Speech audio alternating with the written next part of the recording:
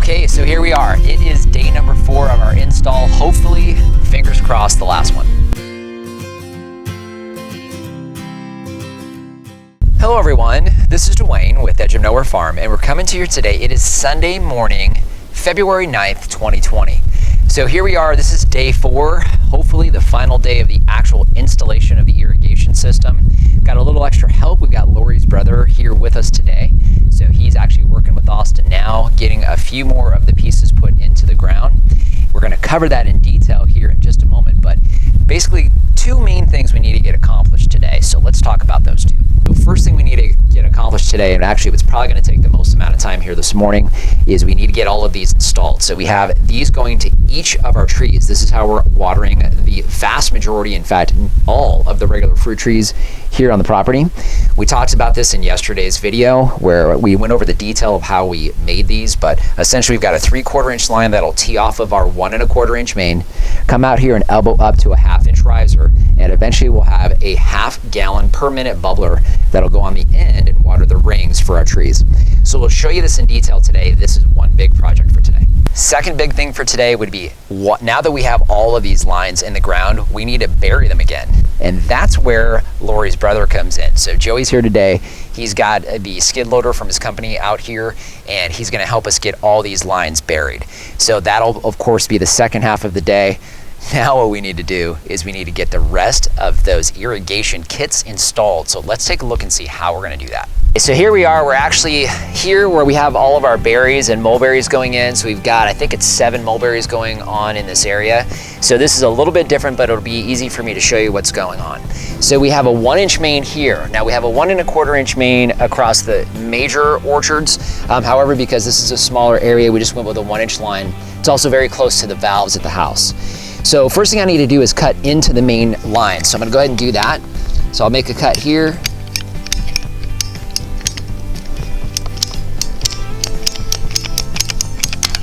Okay, then I need to primer both sides.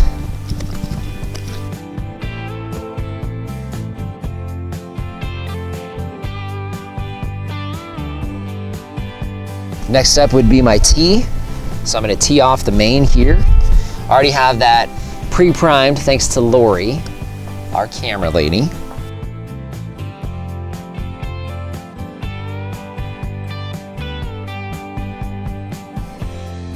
All right, and I need to angle that even because we're gonna be branching out that way. Austin's gonna clean up my excess. I like to hold that for about 10 to 15 seconds, let it set. Then move to the other side.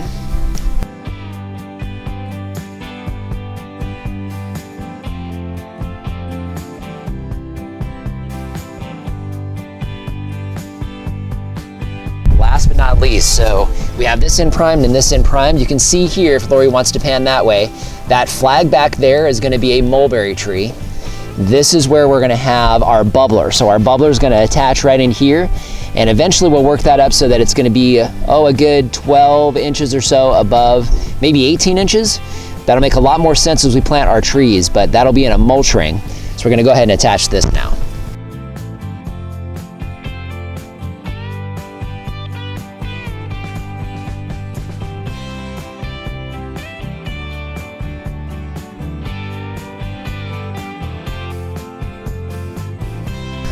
Like that, we're done. So you can see that's ready now, and that is where we will eventually have a bubbler, a 1/2 gallon per minute bubbler, to go into that tree ring.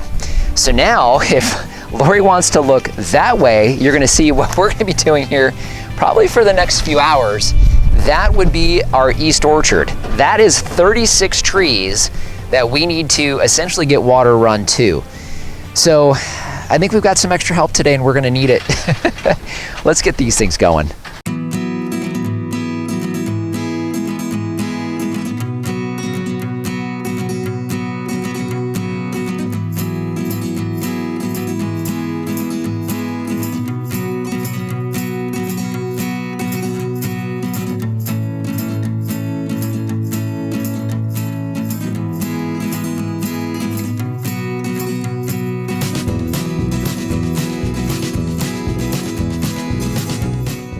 Okay, so I'm gonna apologize for the sound quality. We got a storm coming in, it's very breezy. But real quick, we got all of the piping done, so we're completely finished. So you saw how we put all of our extensions off the main to get to our trees. Now, if Lori wants to scan down that way, you can see the advantages to having a skid loader here today. He's gonna go ahead and fill our main lines in first, and then we'll work around each one of the trees. So while he's doing that, we've got some shovel work to do, areas that are a little more tender and need some TLC. We're gonna get some shovels done. When we're done, we'll come back to you and we should actually be finished. So let's get to work. A couple things I want to point out. We're getting everything filled in. So we're doing shovel work and skid loader's working great. Wanted to point out one thing here real quick before we get it covered. If Lori wants to slide in, basically what's going to be behind Lori outbuilding, this is our main line. So this has constant pressure. It's our 1.5 inch main line. You can see we had him go ahead and stub that out. So we can actually take a line and go to the outbuilding, which will probably be about 15 to 20 feet behind it. So we'll be able to go ahead and get water to that, attach water to the outside of that building so we have water there. So wanted to show you guys that real quick.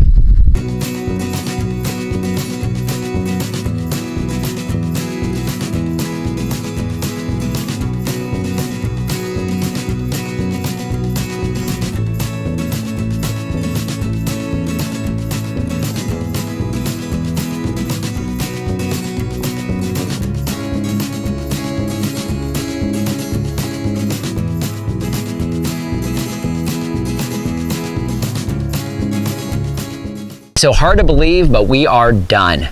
So we actually just got done filling everything in, and after 4 long days, our irrigation is finally complete. So what I wanted to do is I wanted to go through, walk you through a couple of these last things that I want to point out, and then kind of go from there. I'm going to go ahead and start here so you can see I have the valves behind me, so we have all this filled in. Now what you'll notice, the main part of the valves comes right across here. So we're gonna have a lot of settling. So you'll notice, if you can pick it up on camera, we have a lot of fill dirt that's mounded there, and that's on purpose. That'll settle, especially with this dirt, very, very dusty. So that'll settle as it rains and pack in really, really well. Pointed these out. These are our 2 electrical lines, hard wires, that we ran. We sent one of them over to the grapevines. You can actually see that there in the distance. And we sent one all the way out to that end near our livestock acre. We're gonna be taking a look at that here in just a second. But we got all the valves filled in. One of the other things I want to show you real quick, I've got 2 stakes here. This is on purpose. We had basically the majority of our lines going out to the farm are congested in this area. So we built this up quite a bit, and I'm going to continue to do that. We want to make sure that packs in nice and high, and just make sure that we don't have any equipment coming in here, because we have an outbuilding that's going in just over here to my side here. If Lori wants to pan that way, you'll see that's nice and open. There's nothing there. You'll see the tank and the pump over on that far side where all the irrigation and the water comes in.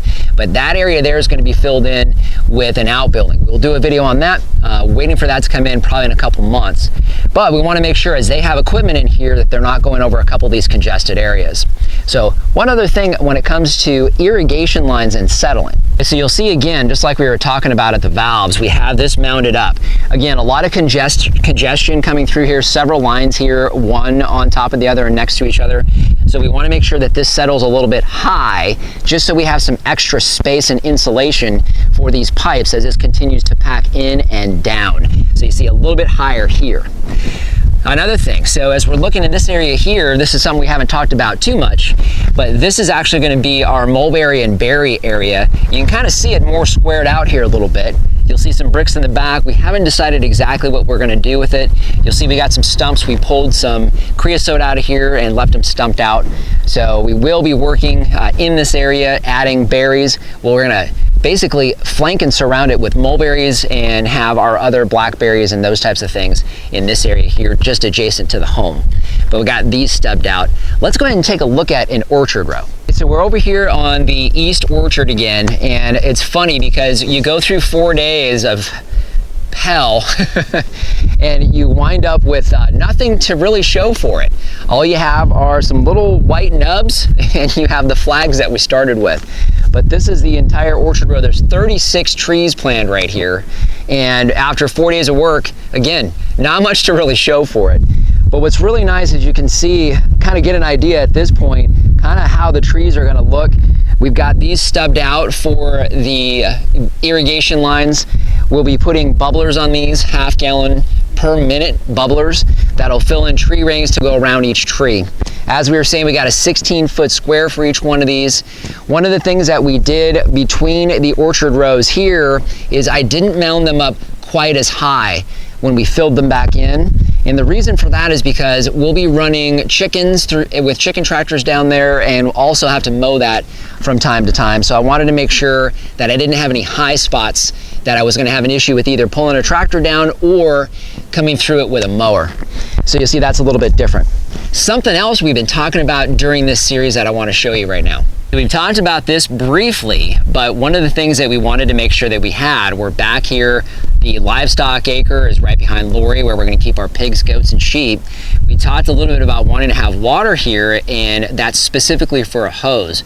And we will extend this main line. So this is the main line underneath me here that goes around the entire farm that has constant pressure.